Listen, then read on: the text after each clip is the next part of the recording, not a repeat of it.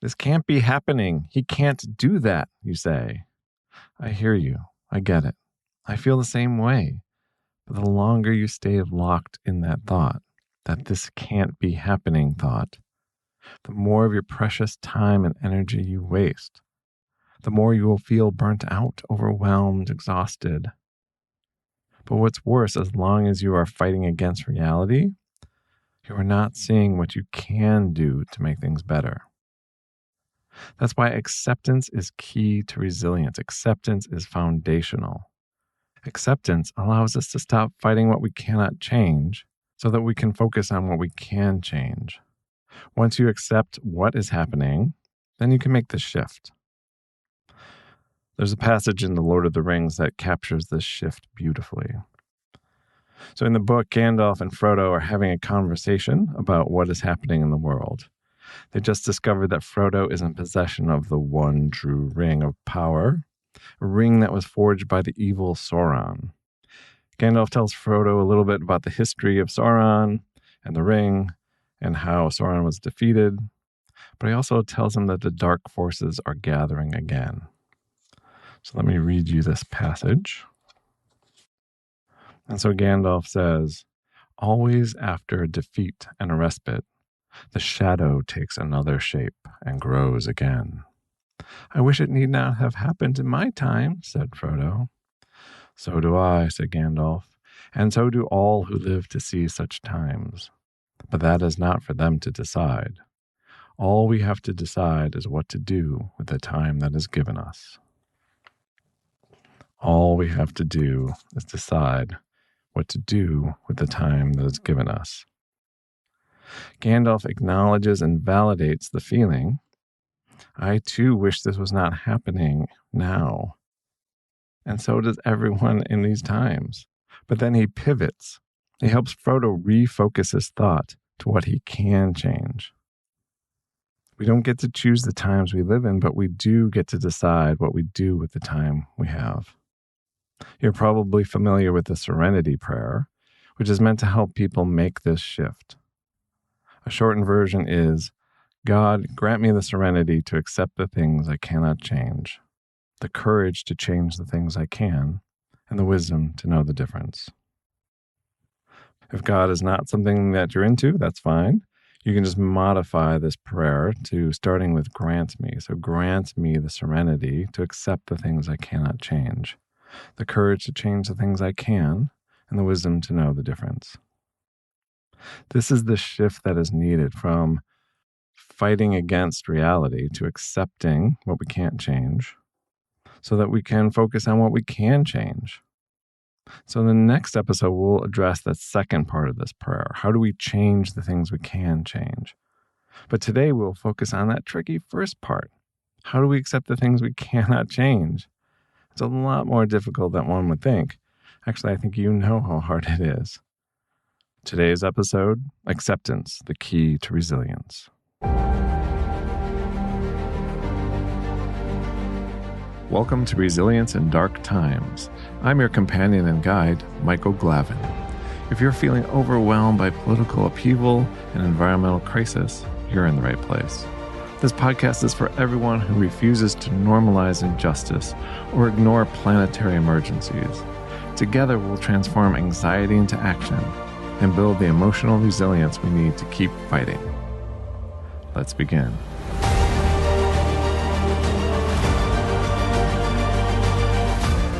Life is funny, isn't it? Here I am, getting ready to do an episode on acceptance, and reality trolls me. I don't know how to explain it any other way. I am getting ready to do the episode, and I get an alert about what the Secretary of Defense and the President said to the gathered generals. And so I checked it out. I clicked on it, looked at it, and it sent me spiraling. It blew up my nervous system. I did not want to accept it. So we're on the same page, the Secretary of Defense, or as he likes to call himself, the Secretary of War, in front of 800 generals, said that the U.S. military would no longer be constrained by the rules of engagement. Just to remind you, if you're not familiar, the rules of engagement are what limit civilian casualties. They're put in place to prevent war crimes. So here we have the Secretary of Defense saying we're no longer going to go by the rules of engagement, just allowing for the killing of innocent civilians by the U.S. military. Following that, the president got up in front of these 800 generals, and he started talking about that their mission is going to shift from external enemies to the enemy within. He told them that they will be used, he's going to use the military on U.S. soil against U.S. citizens. Now, who is the enemy within? Well, the White House put out a memo on domestic terrorism. We'll put it in the show notes. You can read it for yourself. And he defines domestic terrorist. There's no legal definition for a domestic terrorist organization, but he makes one up, and he defines it so broadly that it encompasses Democrats, it encompasses anyone on the left, it encompasses moderate Republicans, it encompasses anyone who supported Barry Sanders. It is chilling. It is frightening. And then if we pair this with what the U.S. military has been doing, the killing of civilians off the coast of Venezuela in international waters in violation of international law. So all of these facts together sent me spiraling. I just wanted to block this out. I wanted to push it away. I wanted to deny it. I felt like I wanted to pretend it was not happening. I felt like I was in some dystopian nightmare, like Terry Gilliam's Brazil. I wanted validation. I wanted condemnation. I texted my friends and just said, "Can you believe this? Look at this. This is outrageous. You can't be doing this. This is not right. This is not okay. This can't be happening." And then it hit me. I realized that I had become a zombie cicada. If you don't know that reference, that's okay. Just check out the How to Stop Doom Scrolling episode. Briefly, what it is when an authoritarian administration does something for shock value or does something so terrible it's shocking, then somebody like me consumes it, and I get really upset and not able to function. And then I text out or post to social media that thing that I saw that upset me so much, that incapacitated me. And then I spread that to other people, right? So I send this thing out to my friends, and I'm sure they also had a hard time digesting it. And so I became an extension of the authoritarian. I was doing the bidding of the authoritarian. I don't want to do that. So I caught myself. I was like, okay, I've become a zombie cicada. So I need to take a step back. I need to process my emotions and my feelings before I take any more action. I knew I had to shift out of this state. So I went for a walk. I walked towards this nature area that I volunteer at. It's beautiful by the lake. And the whole time I was walking, I was breathing, trying to pay attention to the sunshine and the birds, but it was a little hard to focus. But by the time I got to the nature center, I was feeling a little bit more calm. And then I just focused in on what was right there. I remember there was goldenrod, there's beautiful yellow flowers. And there was all these bees, different types of bees. There's some honeybees and some bumblebees and some just other different types of native bees doing their business and gathering pollen and stuff. And then I started listening to the birds and bird songs and try to identify the birds by their call, which is something I never was able to do. But since the pandemic, I started watching birds and listening to birds and trying to be able to identify them by their call. And so that got me out of my head and my thoughts and my nightmare scenarios and just into the present moment. And just being in the present moment, being in nature, helped me calm my nervous system. Then I went to the lake, just watched the lake, listened to the waves coming in. And by the time I walked back, on the way back, I was able to start to perceive things a little bit differently. My nervous system had calmed down enough where I was able to get a different perspective on what I observed.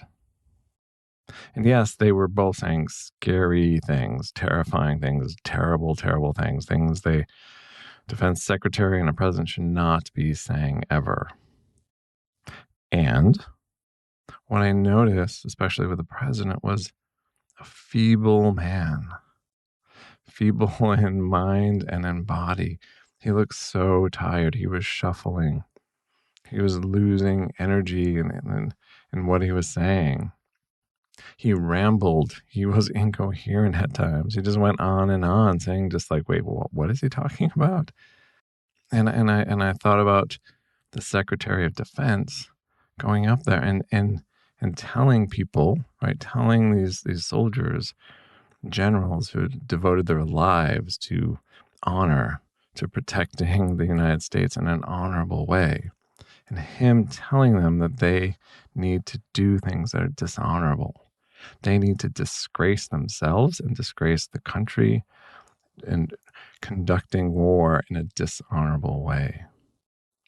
We have the president telling these generals that they're going to need to violate their oath to the Constitution. And I suddenly thought, oh, wait a minute. I don't know what the outcome of these speeches is going to be. Yeah, I think there's going to be some terrible things that come from these speeches as they try to implement them. And I don't want that to happen. That is going to be tragic.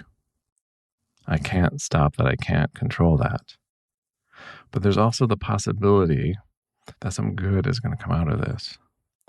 I started to think about unintended consequences. Yes, the president and the Secretary of Defense can take an action in the world. That's up to them. They can do that. I cannot stop that. They can do that. But they cannot control what happens after that. What happens after that might be in line with something they want, but it might not be. It might have been a very good thing that these two people exposed themselves in front of 800 generals. It might be a good thing that the 800 generals now know exactly who they're dealing with. And this all reminded me of a Chinese folk tale, which I'll read to you now. This is a Chinese folk tale as told by Alan Watts. And the name of the tale is The Story of the Chinese Farmer. Once upon a time, there was a Chinese farmer whose horse ran away. That evening, all of his neighbors came around to commiserate. They said, "We are so sorry to hear that your horse has run away. This is most unfortunate." The farmer said, "Maybe." The next day, the horse came back, bringing 7 wild horses with it. In the evening, everybody came back and said, "Oh, isn't that lucky? What a great turn of events. You now have 8 horses." The farmer again said, "Maybe." The following day, his son tried to break one of the horses, and while riding it, he was thrown and broke his leg. The neighbors then said, "Oh dear, that's too bad." And the farmer said, "Maybe." The next day, the conscription officers came around to conscript people into the army, and they rejected his son because he had a broken leg. Again, the neighbors came around and said, "Isn't that great?" Again, he said, "Maybe." When I heard the speeches of the defense secretary and the president, I immediately started to think about the future. I assumed that by them saying what they were saying, it was directly going to lead to a nightmarish future. Which, sure, that is possible. That is a possible outcome. But there are other outcomes as well. That one is not set. My fear of the future was preventing me from accepting the current situation. I forgot that we live in an indeterminate universe, in a universe where the future is the product of many, many different forces, and that things can often turn into their opposite. Our predictions of the future are often wrong. This story helps remind us to let go of the future and just focus on what is right now. I was spending my time saying The president can't say that. The defense secretary can't say that. Well, obviously they can. They did. The story helps us separate out what is happening from our reaction to it. I do not like what the president and the defense secretary said. I do not agree with it, but it did happen. I need to accept that it did happen. And every moment I say, oh, he can't do that, he can't say that, that's not what a president can say, is wasted energy. It keeps me fighting against something I cannot change. Last episode, we talked about denial, the strategy of the ostrich, although ostriches don't actually use this strategy. We talked about how this can be an important strategy at times to buy you some time to process something difficult or to temporarily keep emotions at bay to allow you to take action. But we also talked about how in the long run, if this approach becomes chronic, denial can become deadly. This is certainly the case when it comes to global warming and authoritarianism for that matter. So if denial is not a beneficial long-term approach, what is? Acceptance. We want you to be fully engaged in your life. We need you to be fully engaged in this historical moment. If you're stuck in denial, if you're saying you can't do that, this is not the way that the system is supposed to work, you're wasting valuable time and energy. Your gears are jammed. You're producing smoke, but not moving forward. What's worse, as long as you stay stuck in denial, you won't be able to see what you can do. So how do we end up here? How do we end up stuck in this state, the state that's denying reality and that's wasting our time and energy and blocking us from seeing the future? I like to think of it as a knot. The what gets tangled up is what is happening with the ought, what ought to be happening. And so we conflate the two. We see the is, and right away our ought is right on top of it. This is happening, this ought not to happen, and that things get all tangled up and bound up in that.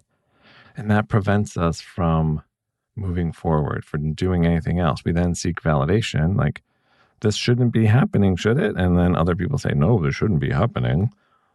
And then, okay. But that doesn't change anything. We haven't done anything. We've just wasted time and energy. So how do we get out of this? How do we move beyond it?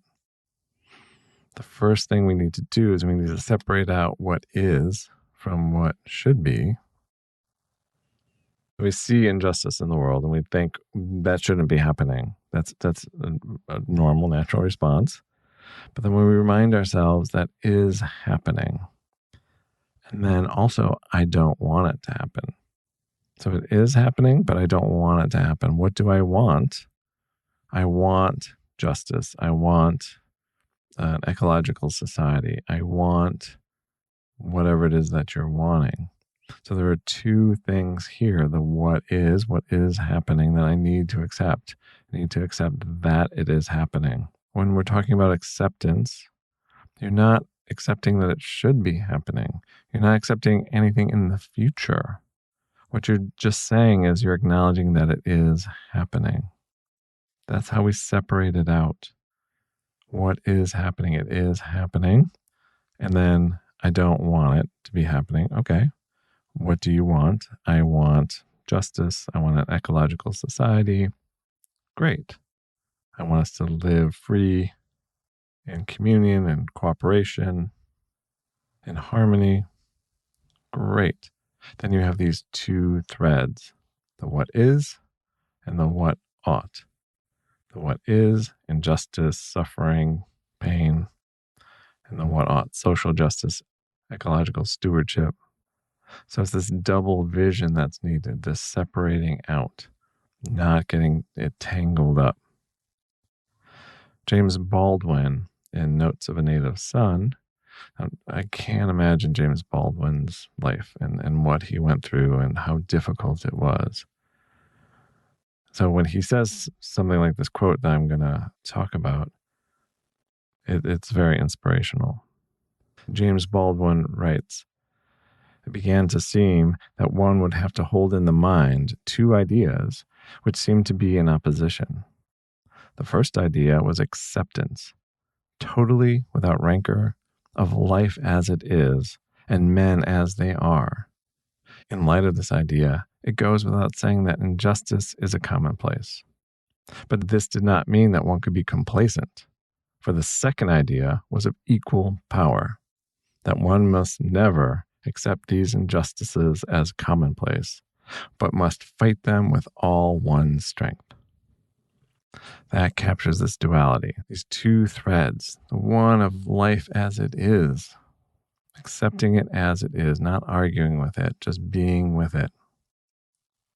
The second, fighting against injustice, doing what we can, acting in the world to make it better. I want to talk about a third thread. The third thread is our feelings, our reaction to the world. So last episode, we talked about transforming fear. Something happens in the world and we feel fear. And it's so important to notice that and to process that fear. We talked about one way to do that in last episode.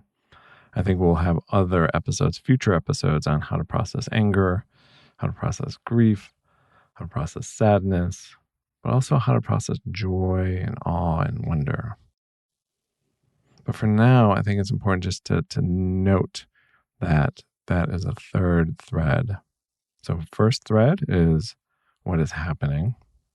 And I would say the second thread is our values, our desires for a better world. And then the third thread would be our feelings about what is happening. Slowly teasing that out. So a really good way to do this, to sort out this feelings thread, is with mindfulness meditation. And so you're just noticing what's coming up. So you're noticing things in the world. So maybe a sound or a feeling or an itch or whatever. So you're noticing things in the world, a sound, a sight. And then you're noticing any feelings that erupt or emerge from that, not grabbing onto them, not following them, just noticing them, paying attention. And then any thoughts that come from that, any desires or judgments. And then we're just noticing those too. We're not grabbing onto them. So this is what I call sort of a cool witnessing. Just dispassionately, non-judgmentally noticing what's arising. And this is a really good practice to not be so reactive.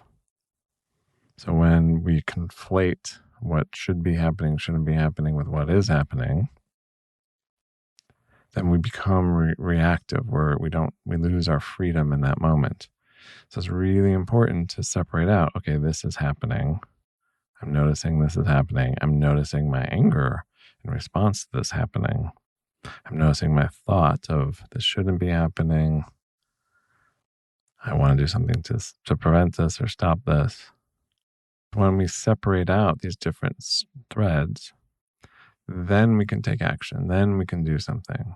Then we're free to respond. That space allows us the opportunity to move from just reacting to the world as it is, to responding in a way that is in alignment with what we want the world to be. So there's a cool witnessing, just an impassionate, dispassionate, removed, non-judgmental witnessing. I think that can be very helpful. And there's also what I would call a warm witnessing. So that's, I know, especially with feelings like sadness, rather than having that witness be dispassionate, you can have a compassionate witness. You can be a compassionate witness. And so something arises and then you notice a little sadness there. Instead of just saying, notice sadness, there's sadness there. I'm saying, oh, there's sadness. Yeah. Oh, yeah, there's sadness. Yeah. And that can really bring the sadness to the fore and help you move through it. Or sometimes anger. Anger can be pulled out better, experience better, witness better with compassion sometimes. And so there's not a right or a wrong. It's whatever works for you in the moment that you're doing this. Sometimes the dispassionate witnessing is really helpful to me and can help me see things for what they are without my projecting onto them or needing them to be a different way. But sometimes the compassionate witnessing can really help me acknowledge and bring to the fore what I'm feeling, what's going on with me. So we have these three threads: the what is really happening, and then our reaction to that, our feelings about that, just letting each of those be there, just whatever they are, and the feelings, processing the feelings. And then the third thread of what are our values? What do we want? What do we need? What does someone else need? What does the earth need? That compassion. And it's from that place that we can have active engagement. And that's what we want. Ultimately, this process is a way for you to see things as they are, to see reality as it is, to see yourself and how you're feeling as it is, so that we can then bring to the fore our values and what we're wanting for the world to act in a productive way. And then so the next moment is that pivot to engagement. That's where we want to go. And we start with the acknowledging and the accepting, the noticing, and then we want to come back with engagement. We want to engage with reality and really put all of us into making this a better world. And James Baldwin does this in this really beautiful quote in his writing, Nothing Personal. He says, "One discovers the light in darkness. That is what darkness is for. But everything in our lives depends on how we bear the light. It is necessary, while in darkness, to know that there is a light somewhere, to know that in oneself, waiting to be found, there is a light." What I love about this quote is it gives a purpose for darkness. So in that first strand of reality, when reality is so hard, so difficult, so painful, it gives that a purpose and a meaning. In this quote, the darkness is there because it allows us to discover the light. And it talks about the importance of knowing the light is there even when we don't see it, of trusting that it's there somewhere in each of us. So that then renders what is happening right now, this difficult time, this darkness that we're in, it's temporary, but also the way to get to the light is through the darkness. So what that does is that makes us want to engage in the darkness, engage in the struggle, engage with reality. What I want for you is that transformational moment when you see things that are just terrible in the world, the things that you don't like, the things that are just like, oh, this should not be happening. I want you to see that as a signal that we need you. We need you so much. I want you to go from this shouldn't be happening to, okay, this is happening. I don't want this to be happening. I want, and then whatever it is you want, I want a world of love or connection or compassion or nonviolence or ecological sustainability or ecological brilliance, fecundity, whatever it is that you're wanting. And then I want you to engage in the world knowing that this world needs you. The world is suffering. People are suffering. The planet is suffering. You are needed. I want you to see the pain of the world is calling for you to be involved, to share your light. We need you. We need your involvement. We need your engagement. We need your voice. So I get it. It's hard. It's really hard. But I'm hoping that you can separate out when Something happens when you say, no, no, no, that should not be happening. I want you to take a breath and say, okay, it is happening. I don't want it to happen. I want, and then whatever it is you want, which is probably the opposite of what's happening. I want a world of nonviolence, peace, cooperation, acceptance, community, ecology, etc. Right? Whatever that is. And then I want you to engage and try to bring that world into existence.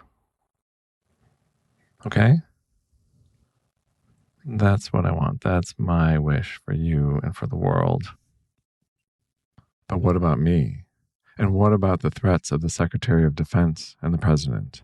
The threats against the good people of my city. The threats not only against the people of Chicago, but also against the people of the wonderful cities of Portland, San Francisco, New York, and LA. I've lived in San Francisco and New York. I spent a lot of time in Portland. These are wonderful, beautiful, amazing cities. Well, since his speech, things have escalated. 300 federal agents assaulted an apartment building in the dead of night in Chicago.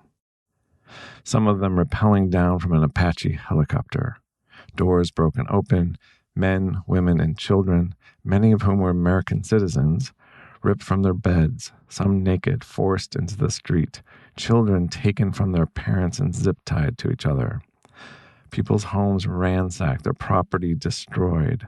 Americans held against their will without cause. When I think about these people, when I think about all the people in these beautiful cities, and I hear the president's threats, I have to accept that this is happening. I want to look away. I want to deny it.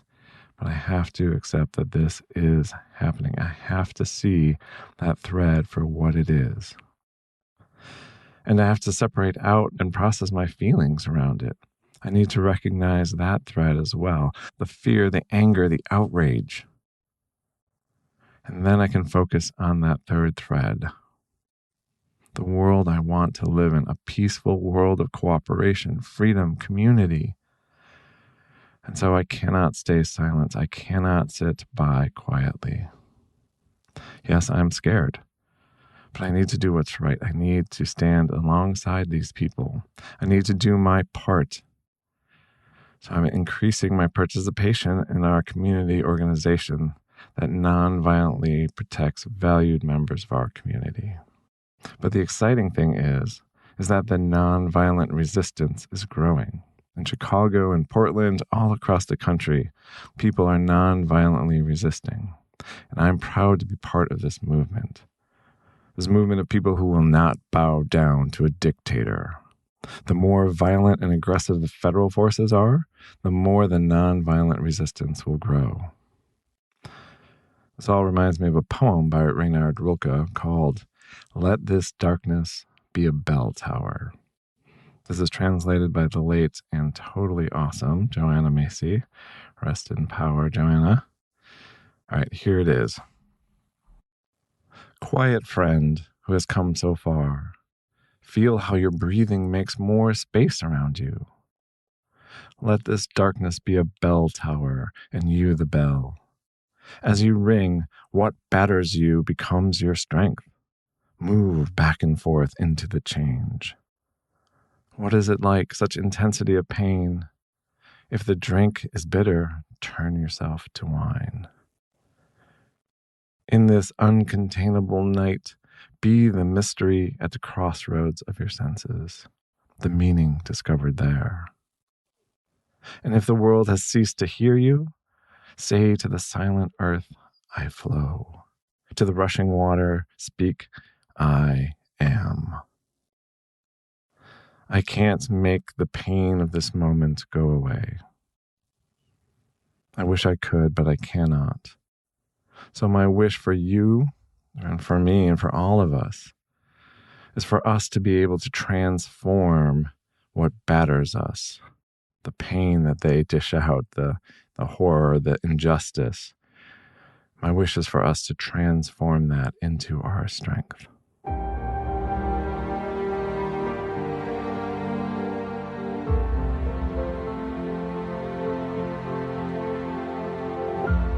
All right, right, so next episode, we will talk about doing that. What about action?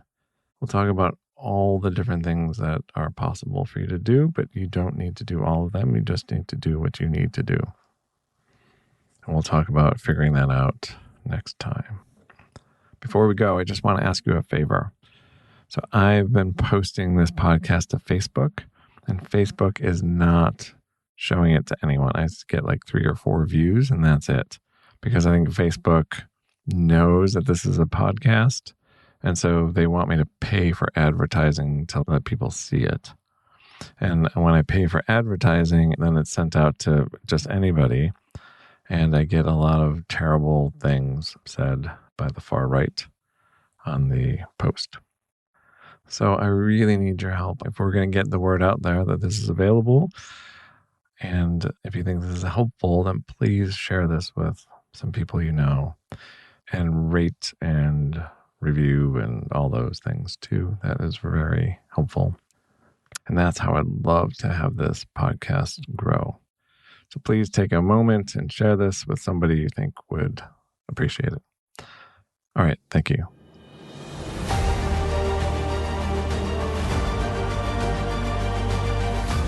That's all for this episode of Resilience in Dark Times. Your action items? First, try one strategy we discussed. Second, connect with one person about these issues. Breaking isolation is resistance. And third, leave us a review to help others find this community. For show notes and resources, visit resilienceindarktimes.com. I'm Michael Glavin, reminding you that your resilience is revolutionary. See you next episode.